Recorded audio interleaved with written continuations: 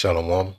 Let me get straight into this lesson, but I'm gonna be dealing with my video that I posted yesterday. I got a scoffer, you know what I'm saying, and I perceive this person to be an Edomite. So I'm gonna go to the comment and then I'm gonna get into the facts and the history, and you're gonna learn today because the average American is dumb, stupid, and ignorant, and I'm just telling you straight up. Because even when they presented with the information, they don't believe it because the poor. A lot of people elevator don't go all the way up. You got the failure of the education system. They gave people a propaganda education. So let's get into this comment real quick. Salakia. So the video that I posted yesterday was going into how these so-called elite families, these Edomite families, like the Forbes family, actually did dealings, made money, and participated in the opium drug trade between it was Britain, and they was illegally smuggling in inside of China, using India as a shell, right, to do the drug. India was growing the drugs. They forced them to do it, and they would smuggle the drugs into China. You know what I'm saying? Again, watch that video from my last lesson so you can understand its history. And it's a like this history is not known by people. So I'm gonna go into this comment. So Douglas Harbert, all right, it says there isn't enough tin foil on this planet to make the hat that you need. So he's implying that this is crazy. The video that I posted, but let's get into the fact of it. Let's get into the truth. You're gonna learn today, dumbass Edomite. And that's the problem with these people when they're presented with the truth. A lot of them not smart enough to understand it. That's not our issue. That's your issue. So let's get into this very, very condemning information that is facts. So when he say 10-4, let's go into this. What is he implying? It says right here, the Cambridge dictionary. It says 10-4 hat used when talking about people who believe in conspiracy theories. You hear this? So he's trying to say, we kind of, I'm out of there for posting that video. So let's get into the truth of it. Let's go right here. Let's get into the facts. Right here. So I'm gonna go to chat GBT and I'm gonna let it cook. Then I'm gonna read this information, and then I'm gonna get into some more information to prove that this is factual. It's not a conspiracy theory. Let's get into it. Sensitive question, and there are several layers to it. When people, especially those in societies that benefited from empire or colonial trade, resist or deny uncomfortable historical facts like the opium trade, it often comes down to psychological, cultural, and educational reasons rather than genetics or race itself.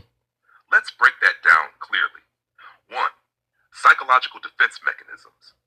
When history shows that one's ancestors, nation, or civilization profited from exploitation, there's often cognitive dissonance, a clash between we are the good guys and our wealth was built on suffering. To reduce that discomfort, many people downplay or deny the harm. It wasn't that bad. Shift blame, everyone was doing it back then, or reframe it. It brought progress or modernization. This is a very human reaction. Right, so a lot of Edomites and the people in the world in general react this way.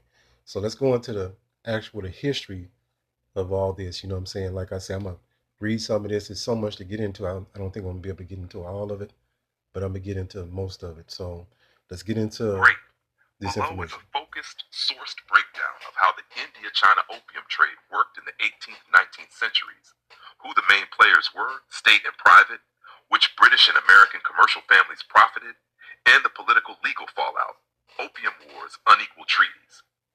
I'll finish with a short, prioritized reading list and a few places to look for primary source material. Number 1, quick summary, one paragraph. From the late 1700s through the 19th century, the British, initially via the East India Company, turned large parts of India into a supplier of opium poppy produce and shipped opium to China to pay for Chinese tea, silk, porcelain.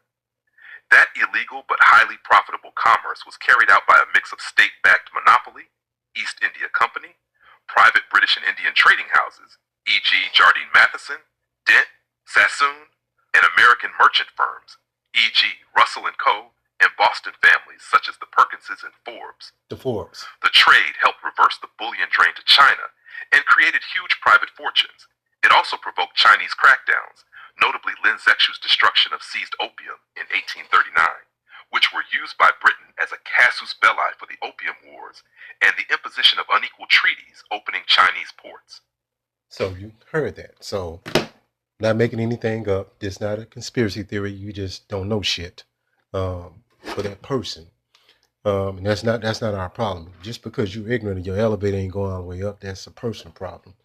So let's get more into this information. I'm gonna read this right here, and this is according to Google, right? It says the American opium trade in the 19th century was primarily driven by the Boston Brahim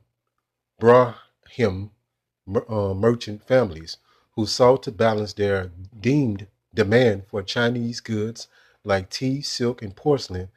To meet this demand, they smuggled Turkish grown opium into China, defying Chinese law in creating immense wealth that established many America's influential dynasties and institutions. Do you hear this? It's not a conspiracy theory, dummy. Breakdown of the American opium trade. Motivation. American merchants had a high demand for Chinese goods, but China had little need for Western products. Opium became the primary commodity that Americans used to exchange for Chinese goods alongside silver and ginseng. Source of the opium. Unlike the British, who primarily used Indian grown opium, so they went to India by the force of the gun, made them grow opium. You know what I'm saying? Slaughtered a lot of them, so on and so forth, and held near monopoly on it.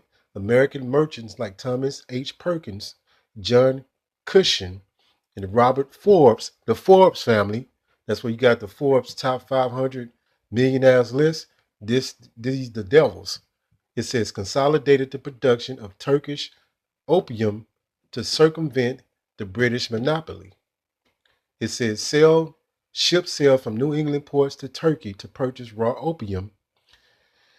The opium was then shipped to Canton, Slovakia, where it was illegally offloaded to local Chinese smugglers for distribution, drug dealers. These are the biggest drug dealers that's been known to man. You thought the little ninja selling crack cocaine is the bad guy or he's the villain. No, these are the villains. I'm not saying that's not wicked what he's doing, but this is the person that's the super villain. It says payment was made in gold and silver, that's real money, which the American merchants then used to buy tea, silk, porcelain for a return trip to the United States. Let's keep going. It says the Forbes family, right here towards the bottom. The Forbes family. 11 members of the extended Forbes family were involved in the China trade, including John Murray Forbes and Robert Bennett Forbes, who were partners in Russell and Company and Perkins and Company. Their wealth helped build American railroads and other infrastructure. Do you hear this? You could screenshot all this. And then go all these other families towards the bottom. Everybody these families that run Yale and Harvard and all these different mega institutions all participated in. These are your biggest drug dealers in history. Give me 1 second. All right, let me read this other information from Google on my other phone.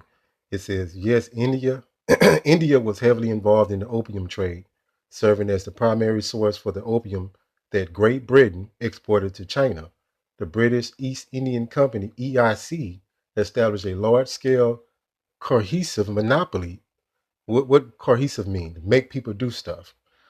So you don't think these devils put us in slavery on slave ships? They actually stole all this land from the Native Americans, but you don't think they moved drugs around the whole world? You got to be crazy. It says monopoly over opium cultivation in India to address a significant trade imbalance with China.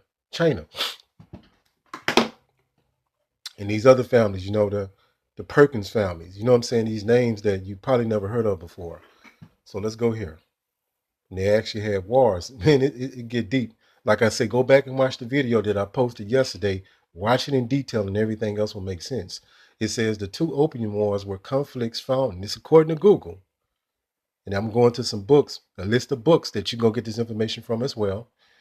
Two opium wars were conflicts fought between China and Western powers over the opium trade, the opium drug deal. They trying to make it sound not as bad.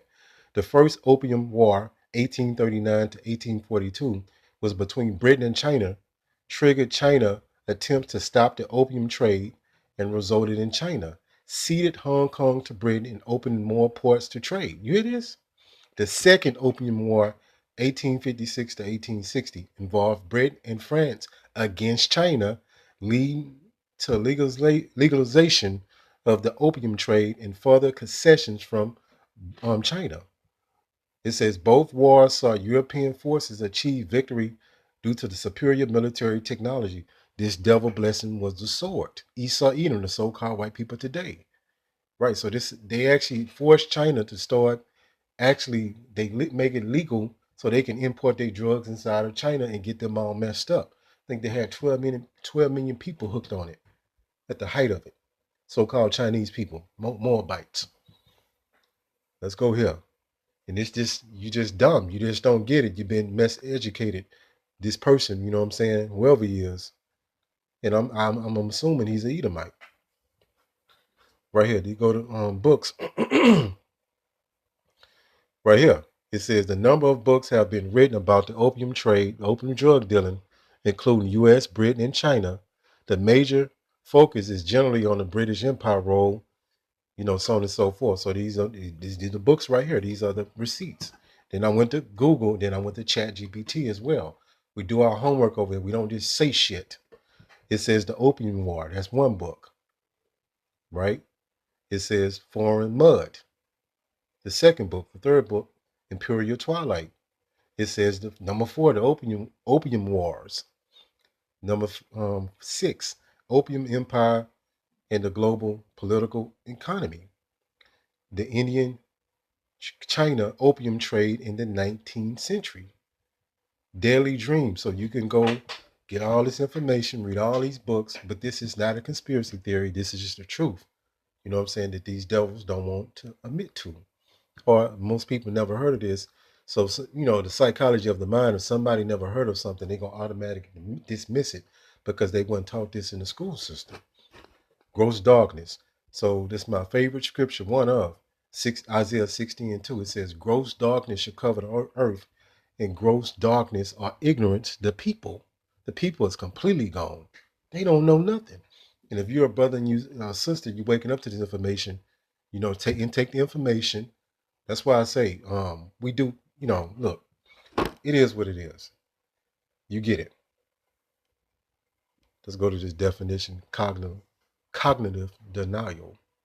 It says cognitive denial is a defense mechanism where an individual refuses to accept reality, often to avoid emotional pain or stress. You hear this?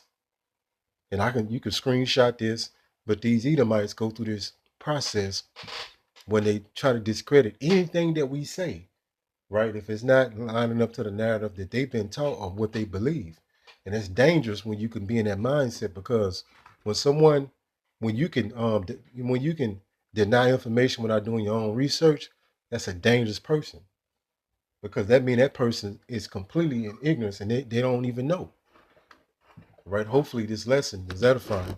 Kah Allah Yahweh Bahashim Yahushua Bahashim Rachak Kodash Shalom.